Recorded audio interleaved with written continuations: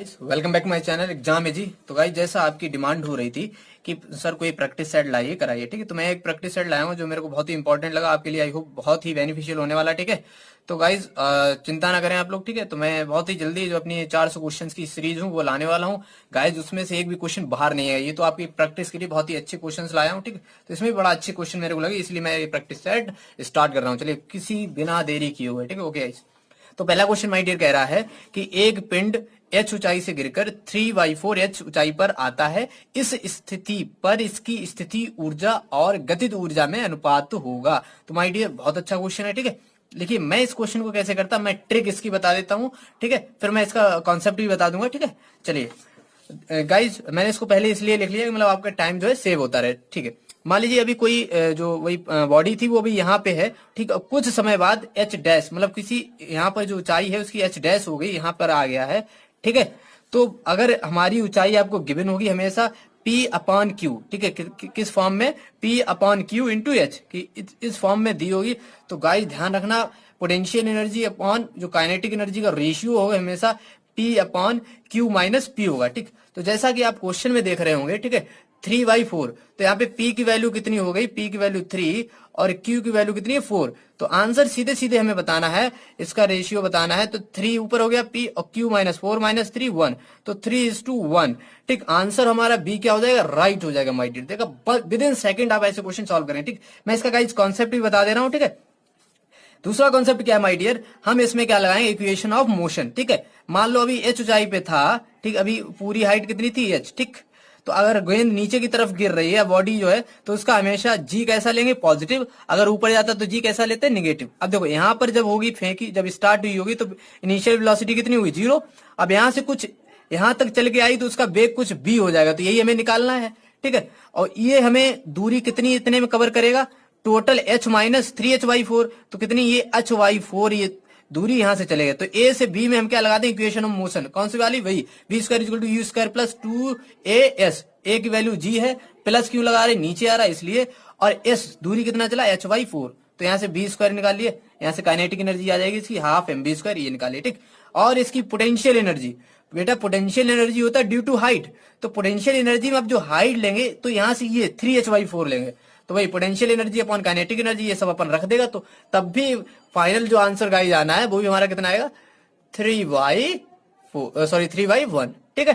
तो I hope are you getting my points. चलिए दूसरा क्वेश्चन है माय डियर, ऊर्जा का डायमेंशनल फॉर्मूला, ठीक। एनर्जी का डायमेंशनल सीधे आपने पता होगा ml2t-2, ठीक है गाइस, सीधे, ठीक है। बल आघूर्ण टॉर्क का ऐसा ही मात्रक पूछा है, तो टॉर्क क्या होता है, फोर्स इंटू परपेंडिकुलर डिस्टेंस, ठीक। टॉर्क एफ क्रॉस, ठीक, आर क्रॉस एफ पे बोल दो, ठीक है, एफ क्रॉस वहां पे साइन का सिर्फ आ जाएगा, ठीक। तो हमें सिर्फ यहां से यूनिट से मतलब है न्यूटन मीटर, तो गाइस क्या हो जाएगा, न्यूटन मीटर, ओके। अगला क्वेश्चन पढ़ते हैं, चौथा क्वेश्चन है, एक पिंड विराम अवस्था में अचानक समान द्रव्यमान के दो खंडों में विभक्त हो जाता है, तो ठीक है, गतिशील हो जाते हैं। तो दोनों खंड एक ही दिशा में समान वेग से गतिशील होंगे, अलग अलग दिशाओं में भिन्न वेगों से गतिशील होंगे, एक दूसरे की विपरीत दिशा में समान वेग से गति करेंगे, ठीक है, एक दूसरे की विपरीत दिशा में असमान वेग से गति करेंगे। तो गाइस ये एक्सप्लोजन बॉम्ब वाले क्वेश्चन है, ठीक है। एक्सप्लोजन का केस है, एक्सप्लोजन माय डियर, किसका एक्सप्लोजन। तो ये पता है जब आपका बम है ये फटता है, मान लो ये m1 भाग रहा, ठीक। तो हमेशा ही हम गाइस मान के चलते, हमेशा ये दोनों एज्यूम करके चलते, ये v1 वेलोसिटी से इधर घूमेगा, तो ये जो m2 वाला पार्ट है माय डियर, तो वो कितने से v2 से दूसरी दिशा में जाएगा, ठीक। तो अगर डियर, तो यहां पे पता है आपको मोमेंटम क्या रहता है, कंजर्व रहता है, m1 v1 is equal to m2 v2। अब क्वेश्चन क्या कह रहा है, समान द्रव्यमान माय डियर, जैसे m1 is equal to m2 हो गया, तो v1 इज इक्वल टू क्या हो जाएगा, v2। तो बताइए ऑप्शन नंबर सी, कि समान वेग से गति करेंगे लेकिन एक दूसरे के विपरीत। तो आप मेरी बात समझ गए होंगे, ठीक। चलिए पांचवा क्वेश्चन पढ़ते हैं, बहुत ही बेहतरीन क्वेश्चन है माय डियर, ये वाला डबल स्टार बना लेना, ठीक। उड़ते हवाई जहाज में फाउंटेन पेन की स्याही बाहर क्यों निकलने लगती है माय डियर, उसमें प्रसारण के कारण पेन का ढक्कन ढीला हो जाता है, एकदम बकवास। कम वायुमंडलीय दाब के कारण, ठीक है, पेन में स्थिति वायु फैलने लगती है और उसके दाब के कारण बहने लगती है। पेन का स्याही उबलने लगता है, अरे कौन बकवास। देखो जैसे जैसे हम अर्थ से ऊपर जाएंगे, ठीक, मान लो हवाई जहाज हमारा कहाँ पे, यहाँ पे ये ऐसे उड़ रहा है, तो एटमॉस्फेरिक जो वायुमंडलीय दाब लेते हैं हम ऊपर से, ये मान लो ये गैसें हैं, ठीक, तो अब जैसे जैसे ऊपर जाएंगे तो ये एच कम होता जाएगा, ठीक। तो क्या होता है, जैसे जैसे ऊपर ये हवाई जहाज गया तो भाई हमारी एच की वैल्यू कम हो गई, और प्रेशर आपको पता होता है रो ए जी एच, डेंसिटी है ये, जी की वैल्यू, एच हाइट, तो ये जो दाबांतर है या वायुमंडलीय दाब है वो क्या होता जाता है, कम हो जाता है। उसके लिए जो स्याही का एक्सपेंशन वो होने ज्यादा लगता है, इसीलिए वो फैलने लगती है। My dear, B is the correct option, ठीक है। चलिए छठा क्वेश्चन, सर्दियों में हम कमीज पहनकर ठंड महसूस क्यों करते हैं? अरे भाई साहब क्यों करते हैं, चलिए बताएंगे अभी आपको, ऑप्शन पढ़ लेते हैं हम लोग। कपड़े ताप के कुछ अलग होने के कारण ना तो शरीर से गर्मी निकलने देते और ना ही वातावरण की ठंडक को शरीर में आने देते। ओह, कपड़ों में उष्मा होती है, ऐसी कौन सी कोई हीटर थोड़ा लगा होता है? शरीर व कमीज के बीच उपस्थित वायु संपीड़ित होती है, ऐसा थोड़ा ना हम शरीर को और कमीज को दबा रहे होते हैं, ऐसा कुछ नहीं। उपयुक्त में से कोई नहीं। तो देखिए माय डियर, ठीक है, तो आपको पता है कपड़ा क्या नॉन कंडक्टर है, अचालक है, तो अचालक कैसा होता है, कुचालक होता है, तो ये एकदम एडियाबैटिक रुद्धोष्म प्रक्रम है, ना तो शरीर से गर्मी निकलेगी और ना ही बाहर उसकी मतलब बाहर से आने देती। तो यहाँ पर जो हीट है कैसी रहती, कांस्टेंट, मतलब समझ गए ना, हीट कांस्टेंट रहती, तो इसीलिए कैसा, कौन सा ऑप्शन, ए, ठीक है। चलिए गाइस क्वेश्चन नंबर 7 ये भी इंपॉर्टेंट है, डायरेक्ट याद रखना है आपको, ठीक है। और आपको अगर इसका पूरा डेरिवेशन मतलब ये चाहिए तो कॉन्सेप्ट में बता दूंगा। अभी मैं कैसे आपको क्वेश्चन हैंडल करने कम समय में, वो मैं ट्रिक समझा रहा हूँ, ठीक है। क्वेश्चन पढ़िए और बस तुरंत ही निकलिए, ठीक है। यदि किसी दर्पण को थीटा से घुमाया तो परावर्तित किरण का घूर्णन होगा, मतलब इंसिडेंट, अगर किसी मिरर को हमने थीटा एंगल से घुमा दिया तो जो रिफ्लेक्टेड रे है उसका डेविएशन कितना होगा माय डियर, वो 2 थीटा होता है। कितना होता है, 2 थीटा, ध्यान रखना। 2 मीटर लंबे मनुष्य को अपनी संपूर्ण लंबाई को दर्पण में देखने के लिए कम से कम कितना लंबा दर्पण लेना चाहिए? तो आपको पता है आदमी की लंबाई h है, तो h/2 दर्पण की लंबाई होनी चाहिए। तो आदमी भाई 2 मीटर का था, h/2 करेंगे तो भाई साहब कितना 1 मीटर आना चाहिए। ओके, चलिए क्वेश्चन नंबर 9 एकदम बेहतरीन क्वेश्चन है। चलिए गाइस, ठीक है, डबल स्टार बना लीजिए, कॉन्सेप्ट सीख लीजिए। एक परिवर्त में 10 ओम, कितना, 10 ओम, 6 ओम, 4 ओम के 3 प्रतिरोध श्रेणी क्रम में संयोजित हैं। पूरे संयोजन के सिरों के विभवांतर 10 वोल्ट है। प्रत्येक प्रतिरोधक में धारा एवं 10 ओम प्रतिरोध में विभवांतर ज्ञात कीजिए। अरे भैया बेहतरीन क्वेश्चन है।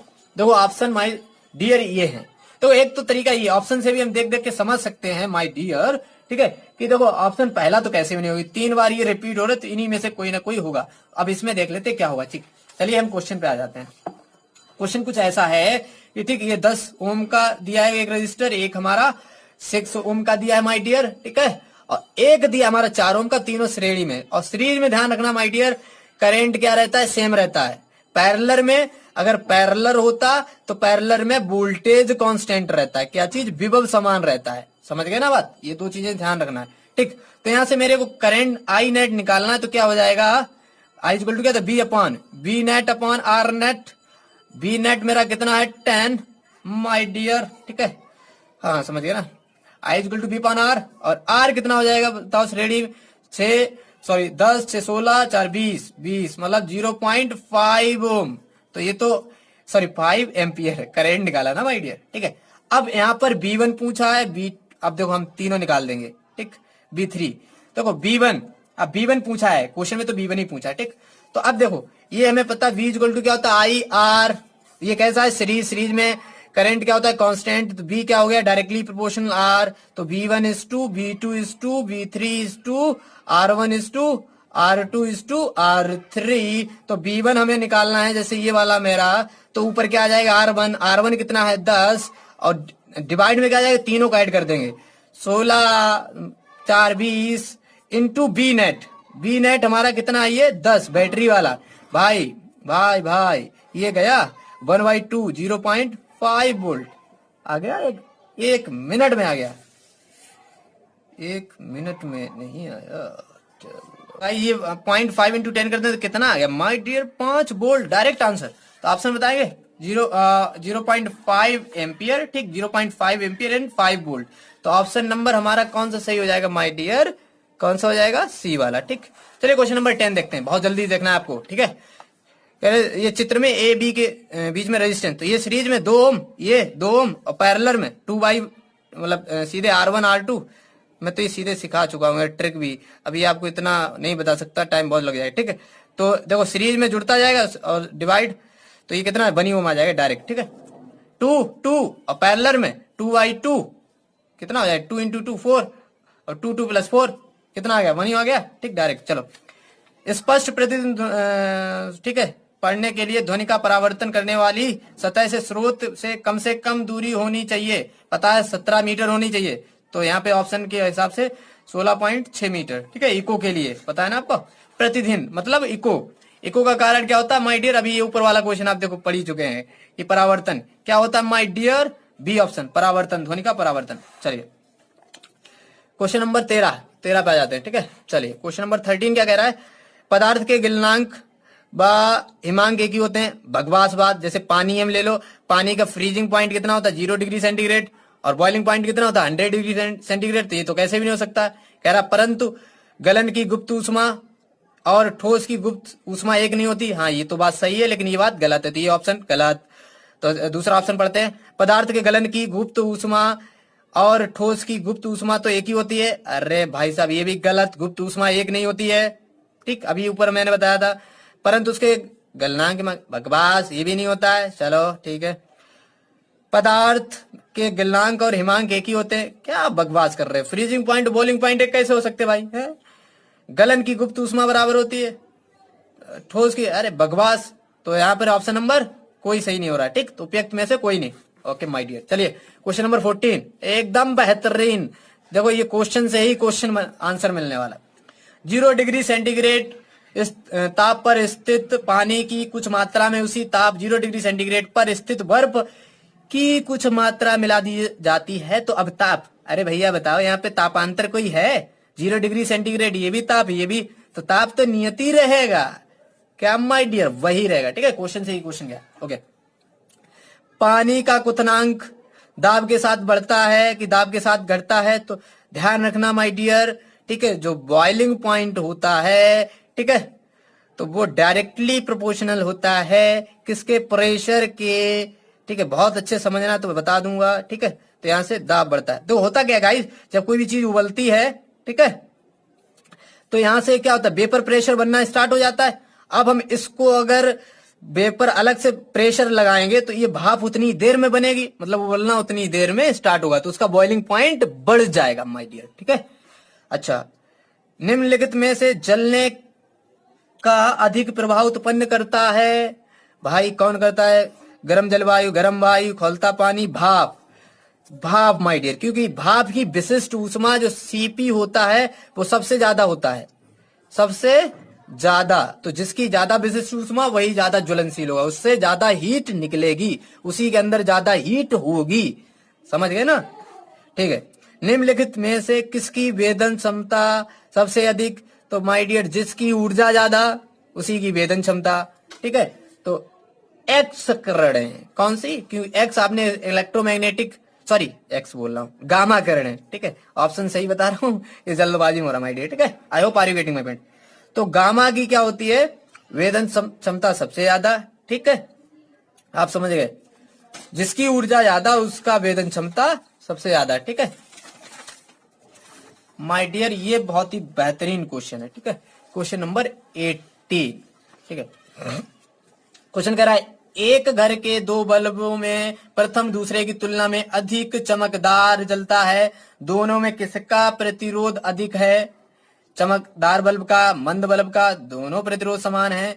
चमक प्रतिरोध पर निर्भर नहीं करती हैं। अरे घटिया बात, चलो मैं समझाता हूँ, एक ही बार में कॉन्सेप्ट समझना है माय डियर। मैंने लिख इसलिए लिया है कि आपको आसानी रहे माय डियर, समझ गए ना, क्योंकि हमारा टाइम कम हो, एकदम परीक्षा वाली फील आनी चाहिए। 20 मिनट में माय डियर सब पूरा एकदम निपटारा करना है इसका, ठीक है। पैरेलल में जिसका पावर ज्यादा होगा, P for parallel, parallel for power, तुम्हें ये समझना है, P फॉर, तो पैरेलल में जिसका पावर ज्यादा उस वही बल्ब ज्यादा चमकीला होगा, एक ही लाइन याद रखो, P फॉर पैरेलल, पैरेलल मतलब पावर, पैरेलल में जिसकी पावर ज्यादा उसी वही बल्ब ज्यादा चमकीला होगा, ठीक है। अब देखो बल्ब की रेटिंग हमेशा फिक्स होती है, तो power is equal to V² upon R, भाई साहब बल्ब के लिए हमेशा ये इक्वेशन लगेगी, ठीक। अगर पावर ज्यादा है तो वही बल्ब ज्यादा चमकीला है, उसका तो प्रतिरोध कैसा होगा, कम होगा। होगा कि नहीं होगा? बिल्कुल जाहिर सी बात है। तो यहाँ पर ऑप्शन कौन सा सही होगा? बताओ बताओ। जो बल्ब अधिक चमकदार है तो उसका प्रतिरोध क्या होगा? कम होगा। और जो कम चमकदार है उसका प्रतिरोध ज्यादा होगा। तो मंद बल्ब का समझ गए होंगे बात, ठीक है। अब जैसे क्वेश्चन ये गाइस दे दिया है कि पैरेलल में लगे दो बल्ब और घरों में ध्यान ही रखना, घरों में जो भी हमारी चीजें जुड़ी होती है वो हमेशा पैरेलल में होती है, ठीक है। ये दो बल्ब है 60 वॉट 220 वोल्ट का, एक है बल्ब 40 वॉट 220 वोल्ट का। तो ध्यान रखना ये वाला जो बल्ब है 60 वाला वो ज्यादा चमकीला होगा एज कंपेयर टू 40 वॉट वाला। और आप इस इक्वेशन से निकालना R = V²/P निकालना, देखना इसका प्रतिरोध होगा ज्यादा आएगा, इसका कम, ठीक है। चलिए अब बहुत ज्यादा हो गया, ज्यादा नहीं समझाऊंगा, ठीक है। मेरे को तो एकदम क्वेश्चन कराना, ठीक।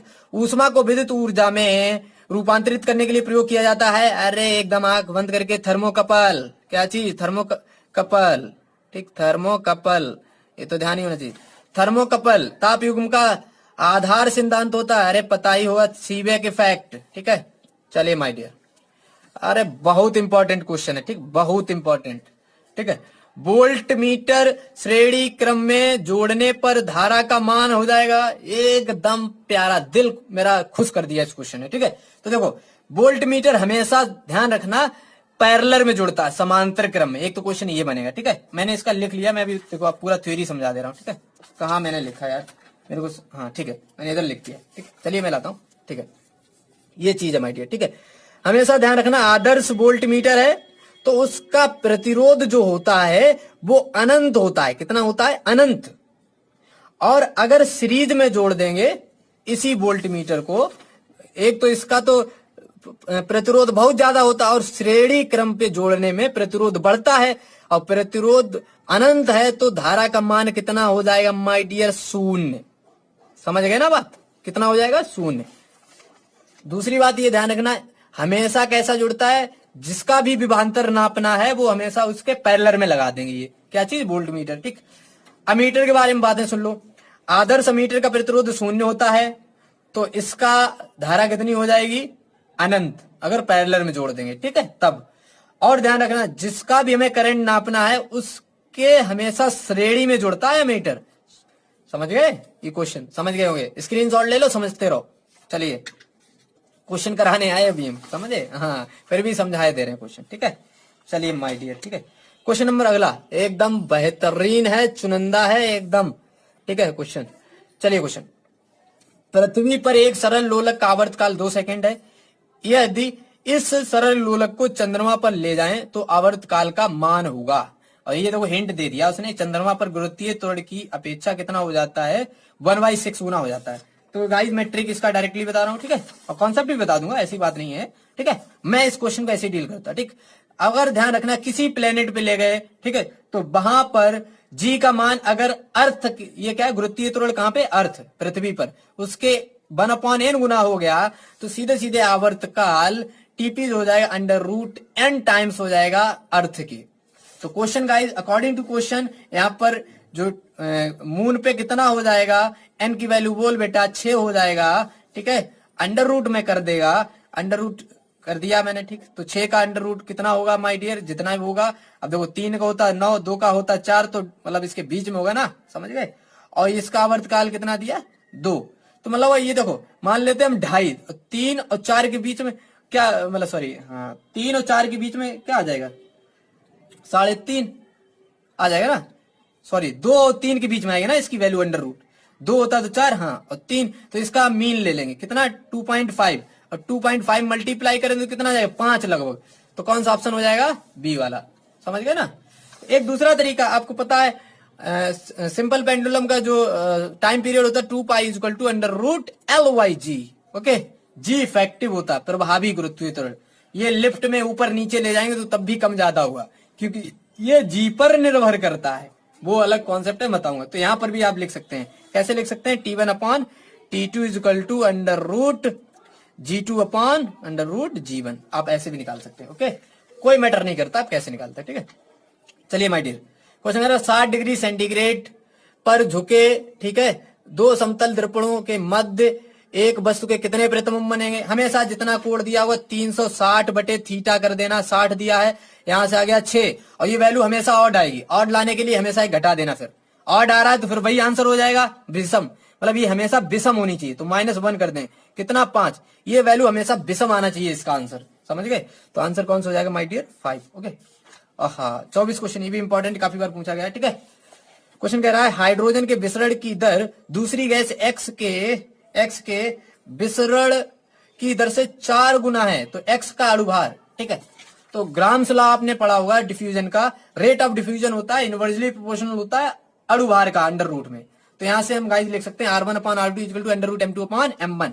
तो मैं ऐसे लिख सकता हूं RH2 मतलब हाइड्रोजन, RX जो गैस मानी, और ये भाई साहब ये जो है क्वेश्चन में दिया है, ये जो है क्वेश्चन में आप देख पा रहे होंगे, आई होप, हाँ आप दिख रहा होगा, ठीक है।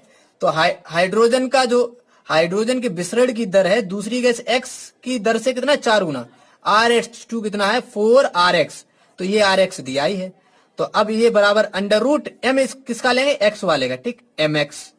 और हाइड्रोजन का कितना होता है? 2 ही होता है, H2 का मोलिकुलर वेट कितना होता है? 2, तो 2 लिख देगा। अब मैं इसका स्क्वायर दोनों तरफ कर देगा, तो ये कितना, ये तो चला गया, ये 16 हो गया, ये 2 हो जाएगा, 16 इंटू 2 हो जाएगा, तो ये MX आ जाएगा। 16 दूनी 32 नहीं आ गया? आ गया ना, हाँ आ गया माय डियर, तो सीधे हो गया, ठीक है।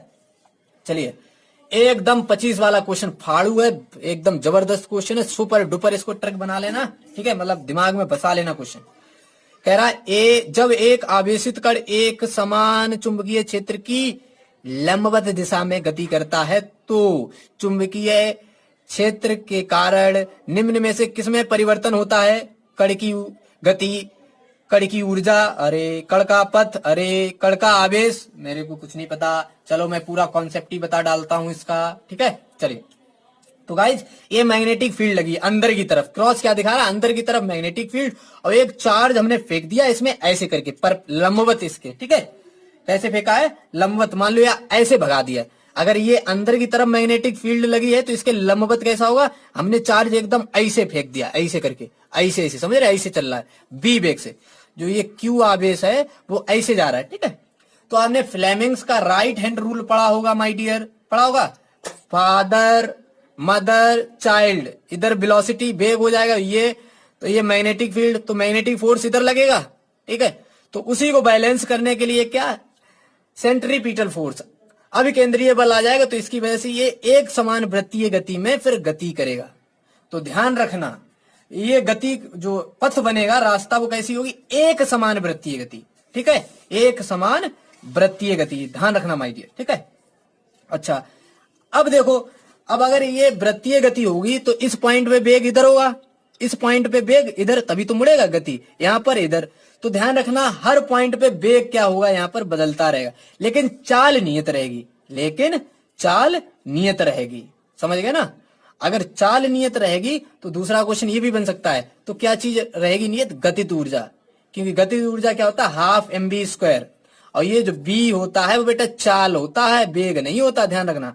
तो m तो वैसे भी स्थिर होता है, कांस्टेंट, तो ये चाल भी, वो भी कांस्टेंट, तो काइनेटिक एनर्जी कैसी होगी माय डियर? कांस्टेंट। तो अच्छा काइनेटिक एनर्जी अगर कांस्टेंट तो उसमें बदलाव कितना होगा? 0। अगर बदलाव काइनेटिक एनर्जी में 0 तो कार्य, यहां पर कार्य भी कितना होगा? एक समान वृत्तीय गति में कितना कार्य होता है? 0। हम एक तो तरीका यही, कैसे? Work energy theorem, work energy theorem, कार्य ऊर्जा प्रमेय, वो क्या कहता है? जो कार्य होता है चेंज इन काइनेटिक एनर्जी के बराबर ही हो जाता है, तो ये 0, तो कार्य भी कितना हो गया? 0 हो गया। दूसरा फोर्स देखो कितना लग रहा है, मतलब अगर फ्लेमिंग्स राइट हैंड रूल की बात करें तो मैग्नेटिक फील्ड की डायरेक्शन इधर अंदर की तरफ है, ठीक है, तो ये फोर्स इधर बाहर की तरफ लगेगा, तो दोनों के बीच में हमेशा बताओ कितना कोण आएगा? 90 डिग्री। तो फोर्स और ये विस्थापन इसका इधर हो रहा है, इनके बीच में 90 डिग्री कोण आ रहा है, तो भी क्योंकि फोर्स कार्य होता है, कार्य क्या होता है? F into D cos theta, और कॉस यहाँ पे 90 है, 0 हो जाएगा, तो कार्य कितना हो गया? 0। I hope are you getting my points. तो ये पूरा आपका प्रैक्टिस सेट, सारे कॉन्सेप्ट ये इंपॉर्टेंट मैंने बता दिए, ठीक। ये FM क्या है? ये मैग्नेटिक फोर्स है, पढ़ा हुआ ना, QB क्रॉस B, ठीक है, QBB साइन थीटा, और लंबवत गिराया तो QBB इतना लगेगा। और centripetal force mv² upon r, त्रिज्या मैंने इसकी r मान ली, ठीक।